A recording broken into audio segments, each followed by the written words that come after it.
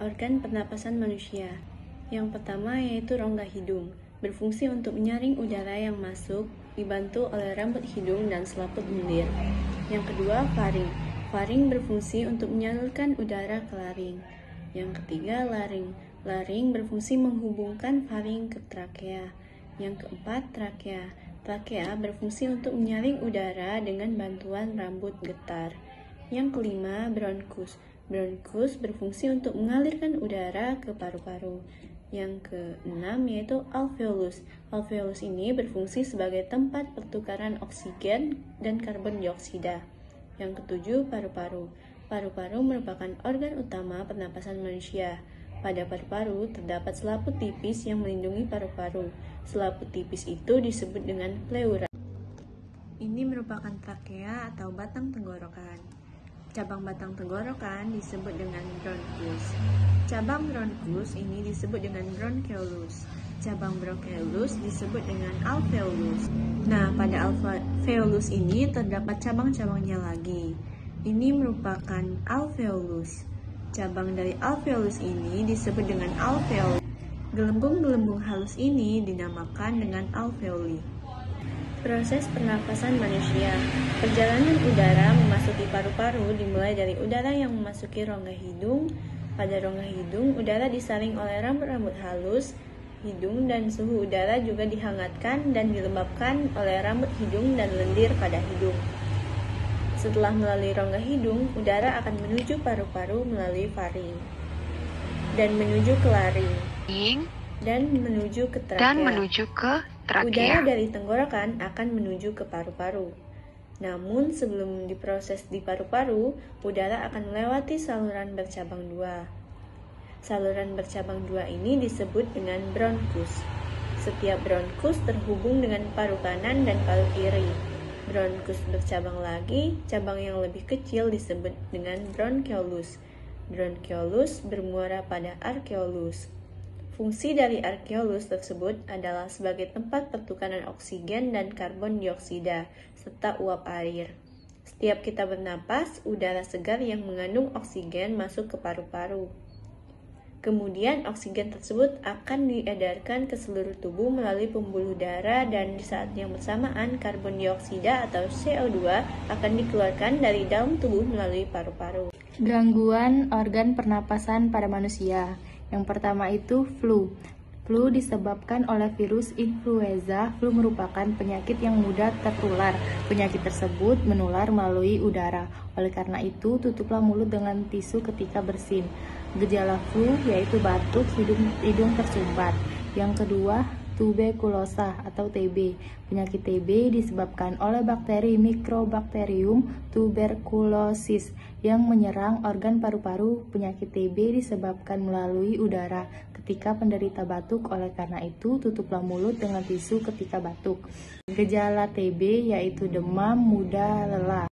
Yang ketiga, asma. Asma merupakan gangguan pernapasan yang disebabkan oleh penyempitan saluran pernapasan. Biasanya obat asma diberikan melalui alat yang disebut inhaler. Alat tersebut dapat memasukkan obat ke dalam saluran pernapasan secara langsung dengan cara dihirup melalui mulut. Gejala asma yaitu dada terasa sesak, batuk, napas terasa berat. Pemicu asma yaitu udara dingin. Yang keempat, flu burung. Flu burung merupakan penyakit yang disebabkan oleh virus H5N1. Semula virus ini hanya menyerang hewan unggas saja, tetapi virus ini mengalami perubahan genetik sehingga dapat menyerang manusia. Penyakit tersebut bersifat menular dan mematikan. Flu burung merupakan penyakit berbahaya karena mudah tersebar dan dapat mengakibatkan kematian. Ciri-ciri penderita flu burung: batuk terus-menerus setelah kontak dengan unggas. Yang keenam, kanker paru-paru. Kanker paru-paru merupakan penyakit yang menyebabkan terganggunya fungsi paru-paru. Salah satu pemicu kanker paru-paru adalah kebiasaan merokok. Kanker paru-paru merupakan salah satu penyakit berbahaya yang dapat menyebabkan kematian. Cara menjaga kesehatan alat pernapasan. yaitu yang pertama, mengonsumsi makanan bergizi dan cukup minum air. Yang kedua, berolahraga secara teratur. Yang ketiga, mencuci tangan dengan sabun. Yang keempat, gunakan masker jika perlu. Dan yang kelima, gunakan tisu untuk menutupi mulut dan hidung ketika bersin. Perkembangbiakan pada hewan terbagi menjadi dua, yang pertama vegetatif, yang kedua generatif. Vegetatif adalah perkembangbiakan dengan satu individu, sedangkan generatif melibatkan dua individu. Jenis perkembangbiakan hewan vegetatif terbagi menjadi beberapa, yang pertama tunas, yang kedua fragmentasi, yang ketiga membelah diri. Selanjutnya generatif terbagi menjadi beberapa, yang pertama ovipar, yang kedua vivipar, yang ketiga ovovivipar. Perkembangbiakan hewan secara vegetatif, yang pertama tunas. Tunas terbentuk dari tubuh induk yang menonjol.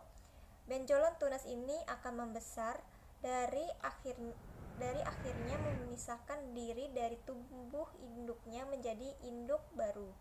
Contohnya hidra. Fragmentasi, jenis perkembangbiakan dengan cara memutuskan bagian tubuh tertentu yang akan menjadi organisme baru yang mirip dengan induknya. Contohnya cacing Planalia. Yang ketiga, membelah diri, dari jenis perkembangbiakan dengan cara membelah tubuh menjadi dua bagian yang sama besar yang akan menjadi individu baru, contohnya amoeba. Perkembangbiakan hewan secara generatif, yang pertama itu ovipar, yaitu bertelur. Ciri-cirinya tidak memiliki kelenjar mamae, tidak memiliki daun telinga, tidak menyusui anak, mengerami telurnya hingga menetas. Contohnya ayam dan ikan. Yang kedua vivipar, yaitu beranak. Ciri-cirinya memiliki kelenjar mamae, memiliki daun telinga, induknya melahirkan dan menyusui, termasuk hewan mamalia memiliki rahim, contohnya anjing dan lumba-lumba. Yang ketiga ovovivipar, yaitu bertelur atau beranak. Ciri-cirinya embrio tubuh dan berkembang di dalam telur yang berada di dalam tubuh induknya, tidak memiliki kelenjar susu dan tidak menyusui anaknya kecuali platypus, contohnya kuda laut dan platypus.